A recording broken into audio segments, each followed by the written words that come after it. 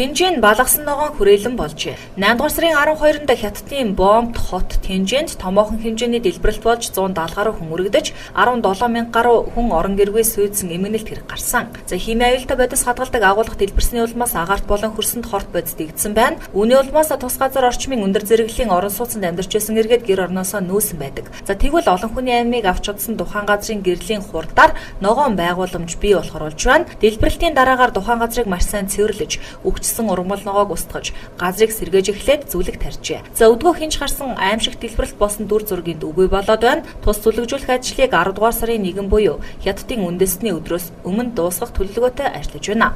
Орон нутгийн эрх хэрэгчдийн хэлж байгаагаар дэлбэрэлт болсон 24 өдөр газрыг ахин сэргээж бүтээн байгуулалтын ажил хийхээр төлөвлөсөн байна. За нас барсан хүмүүсийн дурсгалыг хүндэтгэж дурсгалын хөшөөч барина. За энд ойр орчимд нь сургууль цэцэрлэг болон бусад цэцэрлэгт байгууламжуудыг барихаар төлөвлөжээ. Эверестед авирах уулчдад насны хязгаар тогтооно. Балбын засгийн газар нутгийн дүнсих Эверестийн оргилууд тэмүүлэгчдийн насны дээд болон доод хязгаарыг аль биесээр тогтоож батллаа. За тодруулбал 18-аас 75 насны ямар ч уулчинд Эверестийн оргил нээлттэй. За учир нь Эверестед өөд авирах хүсэлтэй ахмад уулчид олон удаагийн дайралтаар амжилтгүй авиралт хийж уулын хаана ихтэй өөд болох явдал сүүлийн үед нэмэгдэх хандлагатай болж байгаа юм байна. За хит залуу уулчдын амьд үйсэн энэхүү аюултай аялалд гарахгүй байхаар ийхүү шийдвэрлэж за хориг заагийг тогтоож өгч байна. За энэхүү хууль Балбын засгийн газар аль бие усны тогтоол учраас дүрм зөрчиж хуурам эхлэх орлого хийсэн уулчдыг аялаж яваа багийн гишүүдийн хамт тодорхой хугацаанд Балбын хилээр нэвтрүүлэхгүй байх шийтгэл ногдуулж байна. За хэдийгээр Балбус Эверестийн хөгжил аялал жуулчлал уулчдын тав тухыг хангахаар жилбэр сая долларын тусалцаа авдаг боловч тааруу менежмент авилга зэргээс үүдээд тиймч онцгой түвшний ажил хийдэггүй юм байна. За тиймээс сонирхогчдын амь насыг юун түрүүнд хууль эрх зүйн хүрээнд хамгаалах шийдвэрийг ийхүү гаргаж байгаа юм. Назарбаев шинэ валют санал болгож байна. Нэгдсэн үндэсний байгууллагын ерөнхий ассамблеид даалдагч чуулганы хуралдаан дээр Казахстаны ерөнхийлөгч Назарбаев үг хэлэхдээ эдийн засгийн хямралын улмаас терроризм дөрвөгсөд гэсэн сөрөг талууд гарч ирж байна. Тийм учраас дээрх сөрөг үзэгдэлтэд тэмцэхийн тулд гүйлгээнд шинэ олон улсын мөнгө гарах хэрэгтэй гэж үзсэн байна. За 21-р зуунд санхүүгийн шинэ хэрэглээтэй. За тийм учраас нэгдсэн үндэсний байгууллагын гишүүд даяарчлалыг хөгжил цэцгэлтийг хангах дэлхийн валютыг бий болгох тал дээр санаа тавин ажиллах хэрэгтэй гэжээ.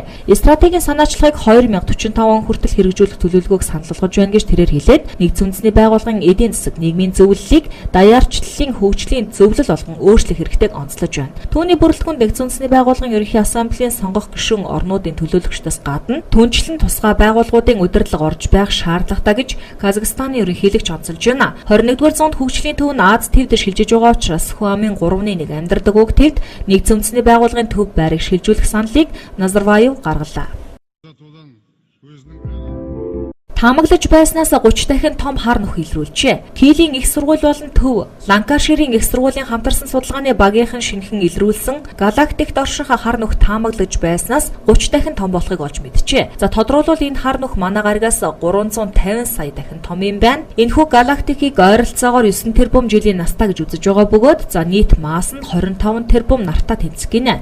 За тэгэхээр ийм хэмжээний галактикт ийм том хар нүх байна гэдэг нь онлын хувьд боломжгүй бөгөөд за нэгүгээр гутал нь багтсан гэсэн үг юм байна. Гэтэл яагаад энэ зүйл болов? За судалгааны багийн эрдэмтдийн таамаглаж буйгаар бол за энэ хар нүх асар хурдцтай өсөж байгаа эсвэл галактикийн өсөлт зогссон байж магадгүй гэж үзэж байна. За гэхдээ эрдэмтэд түүнийг цоошин төрлийн одны бөөгнөрл за эсвэл санамсаргүй тохиолдлын алин болохыг нь одоогоор тааж хэлж мэдэхгүй байна.